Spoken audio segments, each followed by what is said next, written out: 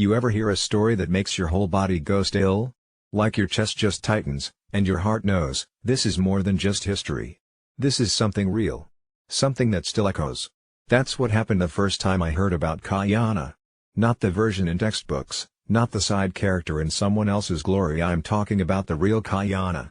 The man behind the legend. The warrior, the outcast, the explorer.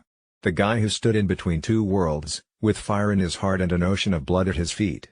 And now, that story's hitting our screens with Chief of War. It's wild, it's brutal, it's beautiful. But behind the cinematics, behind the slow-motion battle scenes and the epic soundtracks, there's a truth here that we need to talk about. Because this isn't just entertainment. This is a life. A culture. A warning. A legacy. So if you're watching this thinking it's just another cool show where Jason Momoa swings a spear, pause. Breathe. Because we're going deeper than that. This isn't just about who Kaʻiana was. It's about what he represents. A clash between loyalty and survival. A question we've all faced: what do you do when your world is changing so fast that it doesn't even feel like yours anymore? Let me take you back. Hawaiʻi. Late 1700s. The islands weren't one kingdom like we see today. No. They were 4 separate kingdoms, and each one had their own kings, their own rules, their own wars. And in the middle of it all? Kaʻiana. Born into nobility. A warrior by blood. But not just a soldier. Not just a brute. People said he was Herculean, yeah, like the myth. Tall, strong, magnetic. But also smart. Curious. Restless. Now, think about this: you're born into power, into purpose, and you grow up knowing you're meant to fight. But fight for who? And why? That's the question that starts pulling Kaʻiana apart. First, he fights for King Kahekili II.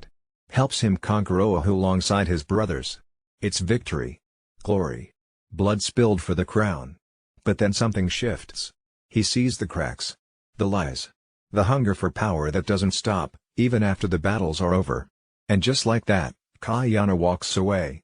Now, let's pause right there. Because that moment? That right there is a break in the pattern.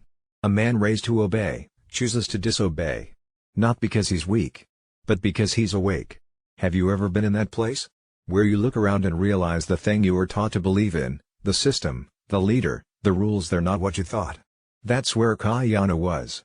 And instead of pretending, he left. And where does he go? He joins a fur trader. A European ship. Captain John Mears. Think about that: a native Hawaiian stepping onto a Western ship in the 1780s, leaving everything he knew behind to explore the world. China. The Philippines. The Pacific Northwest. He saw it all. Learned about guns, ships, deck. Stuff his people had never touched. And he didn't just learn it, he brought it back. He returned with knowledge. And that knowledge? It made him powerful. Dangerous. Now let me break this down, because it matters. Kaʻiana left his king. He saw the outside world before most Hawaiians even knew it existed. He returned with weapons and wisdom that could change everything. But here's the twist: when he got back, the game had changed. Kamehameha, a new rising force, was fighting to unify all of Hawaiʻi. And Kaʻiana? He joins him. At first. Helps him. Gives him firepower.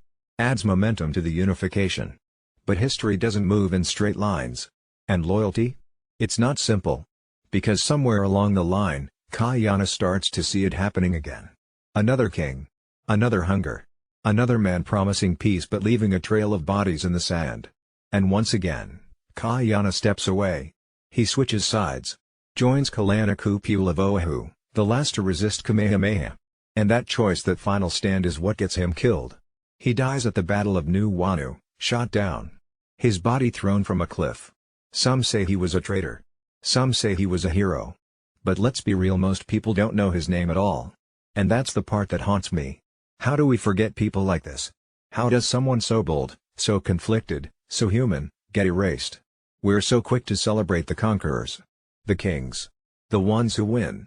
But what about the ones who saw more? Who felt more? Who didn't want to just conquer it, they wanted to understand. Kaʻiana was caught between two tides. His people. And the future. His culture. And colonization. And instead of blindly picking a side, he tried to bridge the gap. But sometimes, standing in the middle means getting crushed from both ends. Now, let me bring you into the present. Chief of War tells this story in a big, cinematic way. Jason Momoa plays Kaʻiana with so much soul it's not just acting, it's like he's channeling something. And yeah, the show takes liberties. It's not a documentary. But it does something important, it brings Hawaiian language, customs, and names to the screen with care. It treats the culture with reverence. Not just as a backdrop, but as the beating heart of the story. We see Kaʻiana's brothers Naiole and Namakeeha. We see his wife, Kekupuohi. We see the rivalries. The bloodlines. The fragile alliances held together by fear and pride. It's political. It's spiritual. It's tragic. And it's not just about history. It's about now. Because this story, it's a mirror. For all of us. How many times do we feel torn between our roots and our ambitions? Between doing what's right for our people and what's right for ourselves? How many of us have left something behind, a belief, a home, a family, because the world out there pulled us in? Let me ask you something, have you ever felt like you didn't belong on either side? Like you're too much for one world and not enough for the other? That's Kaʻiana. That's the story. And it hurts because it's true. And there's something else. A bigger shadow. Because after all of this, after the wars and the blood and the unification, Hawaiʻi was still taken. Not by sword, but by signatures. In 1893, the Hawaiian kingdom was overthrown. And by 1959, it was a U.S. state. The same land that Kaʻiana fought for, was lost. Not in battle, but in silence. So when you watch Chief of War, don't just see a cool warrior show. See the warnings. See the wounds. See the echoes of a stolen kingdom. Because the truth is, stories like this are still happening. Cultures are still being erased. Leaders are still choosing greed over people. And the Kaʻianas of the world? They're still being forgotten. But not if we remember. Not if we speak. Not if we share. So if you're feeling this, if your chest is tight and your brain is buzzing and you feel like, damn, this matters, then do something. Like the video. Comment below. Tell me how this story hits you. Share it. Not for me. Not for clicks. But because the more we talk about stories like this, the more we honor the ones who never got to tell their side. And if you're still here, thank you. You're part of something. A community that doesn't look away. A tribe of seekers, of storytellers, of people who care. That's rare. That's powerful. This isn't just content. This is memory. This is legacy. And listen, I know some people are gonna say, it's just a show. But nothing is just a show when it tells the story of a people who were almost erased. Nothing is just entertainment when it carries the weight of ancestors. When it digs into the pain and pride of generations who never got to write their own history books. So yeah, it's a drama. But it's also a door. And what we do once we step through that door, that's up to us. We can scroll past it. Forget it. Or we can sit with it. Learn from it. Feel it in our bones. Because these aren't fairy tales. These were real people, with real hearts, real struggles, real dreams. And Kaʻiana? He wasn't perfect. But that's exactly what makes him unforgettable. He made mistakes. He loved hard. He questioned things. He tried to find his own way. Isn't that all of us? We live in a world that moves so fast, we forget to look back. But I think looking back is how we move forward. When we remember where we come from, when we honor the ones who came before, that's how we stay grounded. That's how we stay human. And man, we need more humanity. So yeah, Chief of War is more than just a show. It's a heartbeat.